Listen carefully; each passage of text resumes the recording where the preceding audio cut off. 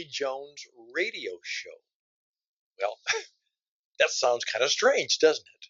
Now, if I said Stanley Jones Radio School, you might feel a little bit better about that.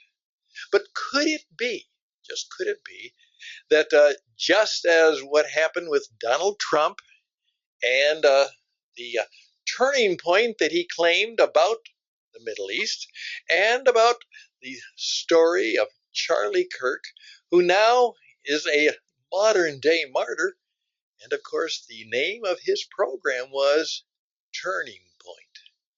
Could it be that we are really at some turning points in how we do life, how we perhaps do ministry, how we do our work, how we live out our faith? Perhaps we are at a number of turning points, and when that happens, some people are very happy, and when that happens, some people not so much. Today on the program, I'd like to talk to you about some things that perhaps we need to think about. I'm Stan, and the radio program, the radio show, begins right now. Day by day, oh dear Lord, three things I pray. See thee more clearly, love thee more dearly, follow thee more dearly, day by day. Again, we are doing radio, and that's why you are not seeing me as we often did in the video. I decided that it would be better that you not necessarily be distracted by me, but just listen to the stories. And of course, that's mostly what we do, tell stories. There's very little theology in what we do. There's not a great deal of what I would call Bible study in what we do. But what we are seeking to do is quite different from what many are doing. This is a show, this is a school that's beginning to hopefully help us raise up a group of young men and women who want to be living encores of Stanley Jones, and particularly in India. Now, right now, I'm very honest to say that some of the organizations that are around the Stanley Jones legend have doing different things. Certainly, many people think we should go on retreats. Some people think we should go to seminary. Some people think we should do this or do that or read this book. And I'm very much believing that what we need to do is exactly what Charlie Kirk was saying. He was saying that we need to make it possible for young men and women, in the midst of the culture they're in, to begin to discover that there are heroes to follow. There are lessons to learn about how we need to do life differently, and then do it. So that's where I'd like us to go. Think differently. I am very much aware of the new radio, which is changing everything. Radio, as you now know it mostly, are going to be replaced by what I am doing now, which is radio via the internet. Obviously, those of you who read the Stanley Jones books, there's a very good chance that they will be replaced by what we call books, B-O-O-X. And they will not just be books that you read, they will be books that you hear, books that will be interactive, books that you can share with other people and read together. They, in effect, will be an immersive, interactive experience. The traditional book is actually today very much like what Gutenberg put together. But going forward, and I'm very much involved in this project, it is to create books that kind of come alive, uh, books that continually change and grow, books in which people can read together and actually share thoughts together. I oftentimes, when I do buy a traditional book, I always seek to buy a used book. And when I go into the used book, and I'm sorry, authors, I know you might not make money when I do a used book, but here's a little bit of my life strategy. I go in and look for a used book. And when they say, sorry, this book has been underlined and has markings and it's well worn, and thereby it's cheaper, that's the one I buy. Because I always would like to see, when I have bought a used book, what did they think is important? Now, many of my Stanley Jones books are literally the originals, the ones that really came out, the little ones, as a result of the paper requirements due to wartime in the 1940s during World War II. And there are some wonderful greetings where someone is saying, this is a book for you, and this is what they're hoping will do for the person they're giving it to. And then oftentimes they are underlined or marked up, and I find that a unique and wonderful experience. That's why I've often said that what people should do is buy a book together, and then the first one reads it and marks it up, and then the second one reads it and marks it up, and then they look at, and in effect, they learn together from the same book. And then they might pass it on to a third person. And as a result, we're not only getting an introduction to the author and his or her thoughts, we are getting an introduction to each other. The world is changing, and we need to change with it.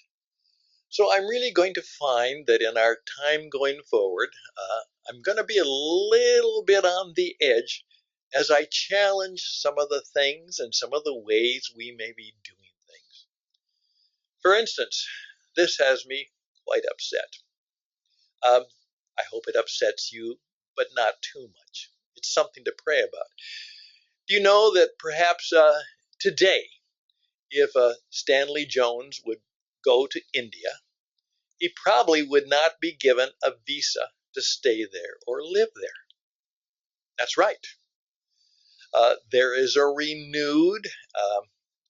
renewal in some of the more militant Hinduism and nationalism. India is still a wonderful place. I hope I can get there with some significance sometimes. Also, I have colleagues in India, and I've never been there, but of course, they live in India, they work in India, but it's an internet company, and I talk to them all the time, see them all the time, but they're 12,000 miles away in India. And the reason for that is that India has some of the greatest and smartest and savvy technicians all around.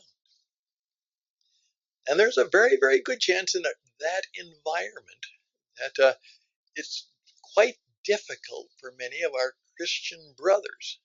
In fact, one of the reasons I'm teaching what I call Jesus entrepreneurialism and hopefully bringing it to India, because as one of my friends said, Stan, with some of the current cultural conditions, oftentimes a Christian, no matter how talented they are, will find it difficult to kind of work their way up the corporate or the government or the social ladder.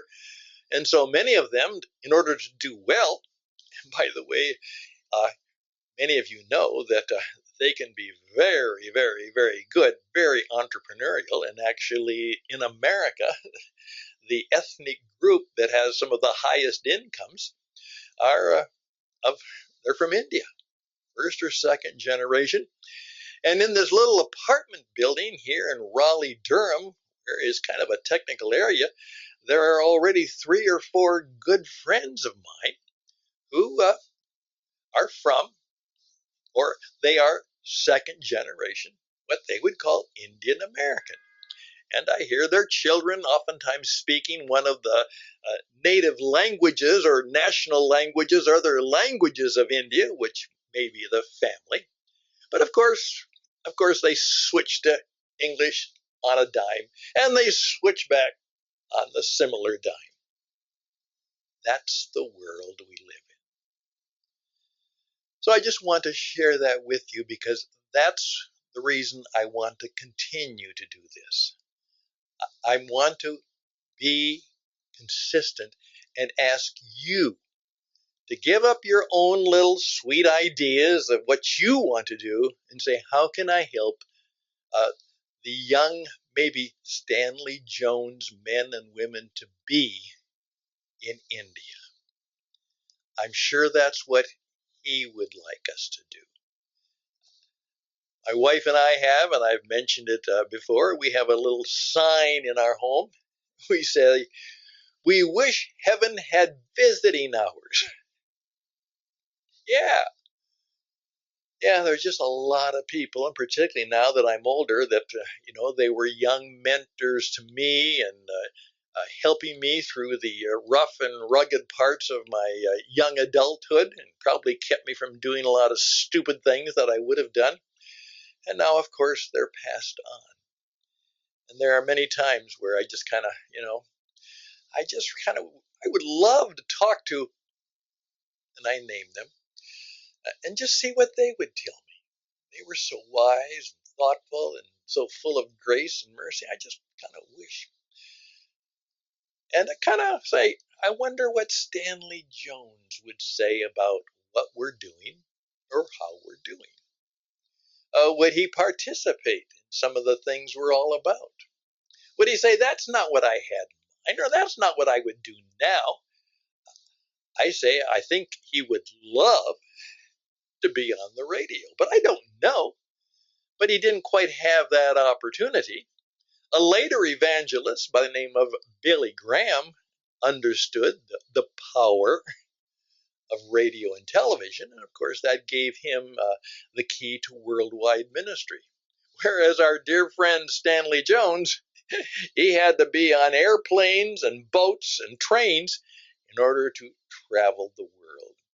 And his faithful colleagues, like Roberto Escamilla, they had to go along with them, carrying their own suitcases probably, as they traveled around and did the work, not just of encouragement.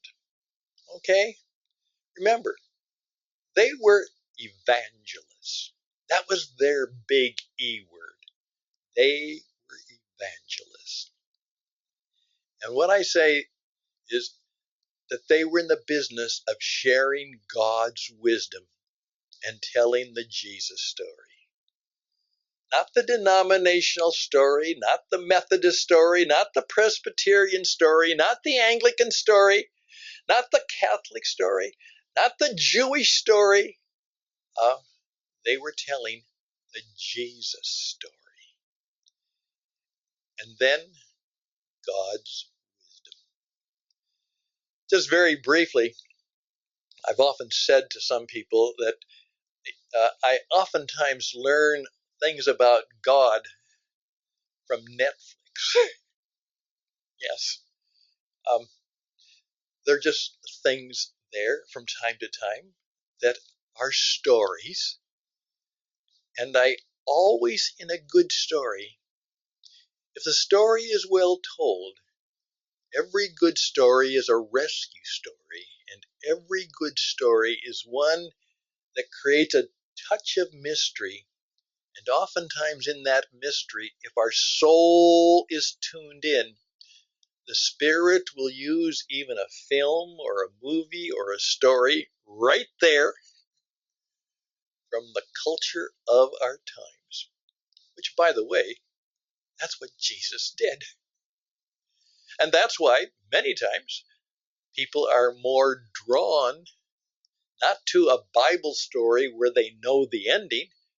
They're drawn to another story in which they don't know the ending. Just something to think about as we go into being more like Stanley Jones. And by the way, do this. As you read through some of his devotionals, his daily devotionals, certainly he begins with a word of scripture, ends with a word of affirmation, and then suggests a prayer conversation between you and God's Spirit. But in between, there is storytelling. And what are the stories about? Well, here we go. In a recent series on Netflix called The Midwives, some of you are aware of that, and it's a long-running series, and what it deals with is a group of Roman Catholic nuns and others who are running a midwife clinic, a birthing clinic, in one of the lower, poorer parts of London in the 1950s, 60s. And I remember recently where, in effect, one of the young women who was involved in the story, and she was talking to an older woman who was kind of mentoring her. And the older woman suggests to the younger woman, she said, what God wants for you is a greater peace of mind. And the younger woman, the actress, replied, right now I have so many enemies of my peace of mind. And I stopped it and I played it back. I have so many enemies of my peace of mind. And that's exactly where so many of us feel we are. Jesus said, my peace I give unto you. Not like the world gives, but peace.